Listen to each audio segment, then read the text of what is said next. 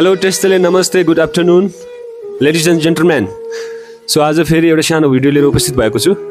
यो भिडियोको माध्यमबाट तपाईँहरूलाई के जानकारी गराउन चाहन्छु भनेपछि हाम्रो यस बुटोल क्षेत्रमा वाटरफल जहाँ झरना छ त्यहाँ एउटा कुकुर एउटा नाजुक स्थितिमा देख्यो जसको थनमा इन्फेक्सन भएर ऊ एउटा गम्भीर अवस्थामा छ र मलाई त्यहाँ भेटिसकेपछि मलाई यस्तो लाग्यो कि यो कुकुरको उद्धार गरेर उपचार गर्न पाए राम्रो हुन्थ्यो।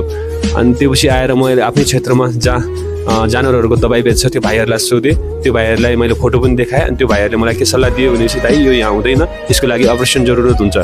अनि त्यो भनिसकेपछि फेरि मैले आफ्नै भाइबाट कसै जानवरको डक्टरको नम्बर मागेर उनीहरूसँग सम्पर्क गरेँ। डाक्टरसँग कुरा पनि भयो अनि ऊ डक्टरले पनि यसको अपरेसन गर्नुपर्छ, यसलाई इन्फेक्सन भएको छ भन्यो।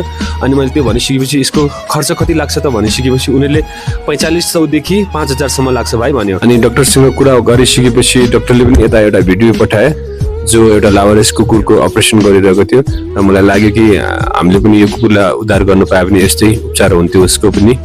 तर अब यो भिडियोको माध्यमबाट सहयोगी मनहरूले यदि यसको सानो सहयोग गर्न चाहनुहुन्छ भने चाहिँ प्लिज मेरो स्क्रिन कोड यो छ, यहाँ तपाईँहरूले स्क्यान गरेर 5 रुपियाँ 10 रुपियाँ 20 रुपियाँ 50 रुपियाँ 100 रुपियाँ जति सक्नुहुन्छ आफ्नो मनदेखि तपाईँहरूको सानो सहयोगले एउटा ठुलो उद्धार हुनसक्छ भन्ने जानकारी गराउन चाहन्छु।